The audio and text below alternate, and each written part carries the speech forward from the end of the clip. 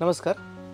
मी गणेश भाकरे, सोलापूरमधला रहिवासी आहे. माझं इथं कॉस्मेटिकचं शॉप पण आहे आणि आता मी नुकतंच फार्मिंगचं सुरू केलेलं आहे बिझनेस. म्हणजे आता ह्याची माहिती मला भेटली ती यूट्यूबवरून भेटली. यूट्यूबवरमध्ये सरांचे व्हिडिओ मी बघितले होते सह्याद्री फार्मिंगचे.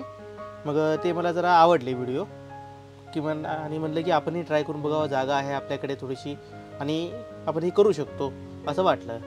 मग आम्ही त्यांच्याशी कॉन्टॅक्टही केला सरांशी. मग सरांनी म्हणले की एकदा तुम्ही इथं या, आमच्याकडे या, प्रत्यक्ष प्रोजेक्टला भेट द्या, मग त्यानंतर आपण ठरवूया.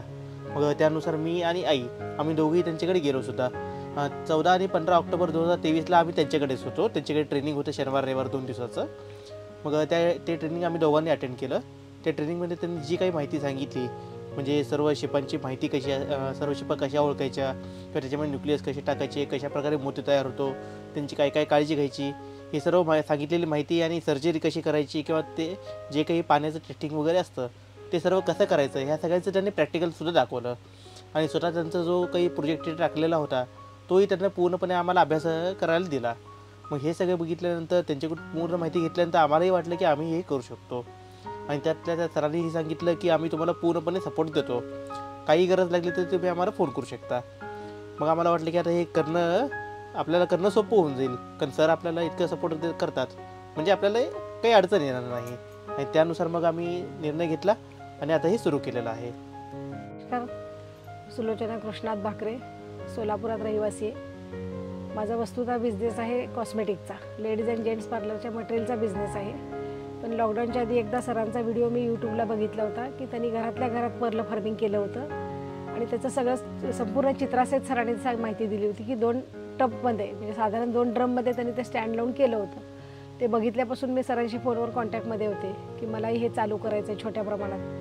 पण त्याला मूर्त स्वरूप यायला इतके दिवस लागले लॉकडाऊनमुळं. त्याच्यानंतर आता खरंच लॉकडाऊनमुळं एखाद्या दुसऱ्या कमाईची गरजही निर्माण झालेली आहे, कारण कुणाचंही सध्या व्यवस्थित नाही लॉकडाऊननंतर. म्हणूनही मी निर्णय घेतला की जेव्हा मुलांचे पुढचे खर्च वाढतील त्याच्या आधी आपण तयारी केली पाहिजे. आणि त्याच्यासाठी मग सरांशी कॉन्टॅक्टमध्ये राहून चर्चा केल्यानंतर त्यांनी आम्हाला ट्रेनिंगला बोलवलं लाटवण या गावी. तिथे ट्रेनिंगला 2 दिवस निवासी गेल्यानंतर त्यांनी त्यांच्या संपूर्ण प्रोजेक्टची माहिती आणि ट्रेनिंगमध्ये बारीक सारीक बाबींचा सुद्धा उलगडा केला की जेणेकरून प्रोजेक्ट लावल्यापासून मार्केटिंगपर्यंत सगळ्या बाबी त्यांनी आम्हाला शिकवल्या त्यामध्ये. आणि त्यात असंही सांगितलं गेलं की 2 वर्ष आमचा मेंटली सपोर्ट तुम्हाला पूर्ण राहील, पहिलं हार्वेस्टिंग होऊन तुमचा मोती मार्केटला येईपर्यंत.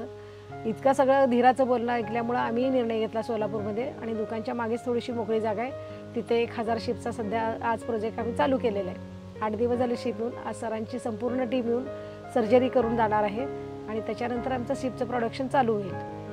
आता हा निर्णय घेतलेला आहे, बघू ह्याच्यानंतर जर ह्याच्यात चांगलं मार्जिन मिळालं तर हा निर्णय म्हणजे अजून मोठ्या प्रमाणात करायचा विचार चालू आहे आमचा.